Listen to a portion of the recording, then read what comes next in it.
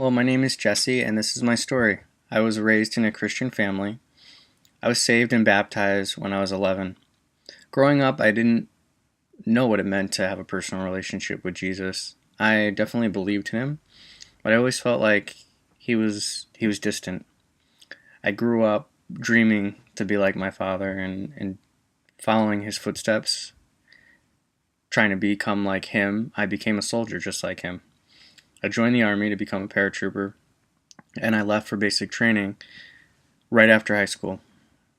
It was there when I started to rely on the Lord more.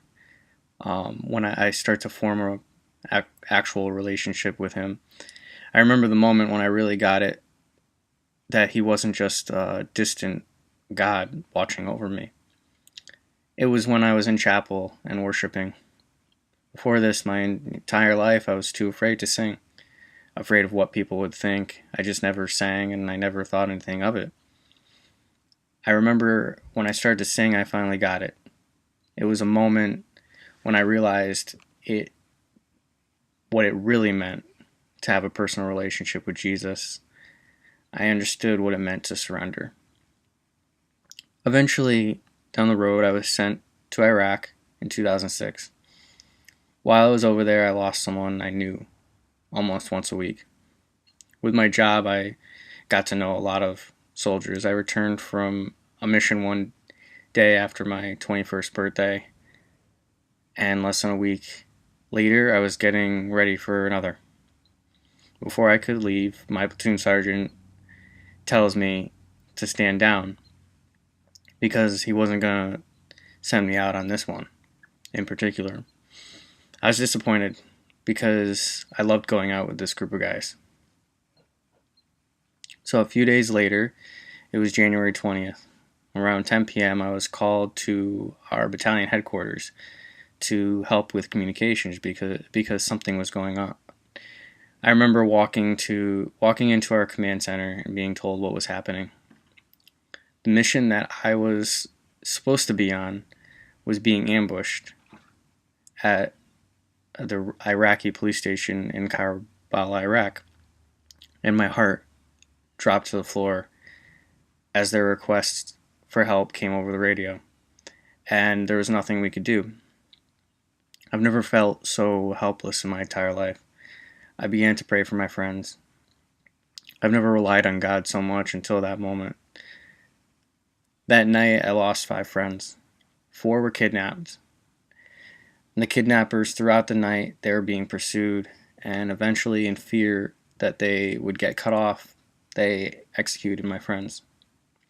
One of my friends was talking to his wife and his little girl over the internet one minute, and the next, he was dead. They were attacked so fast that he barely got done talking to them, and the next moment, he was jumping at a grenade for my friends. That kind of love it takes to give up everything for the people around you. Jesus says in John 15:12 and 13, "My command is this: love each other as I have loved you. Greater love has no one than this, that he laid down his life for his friends."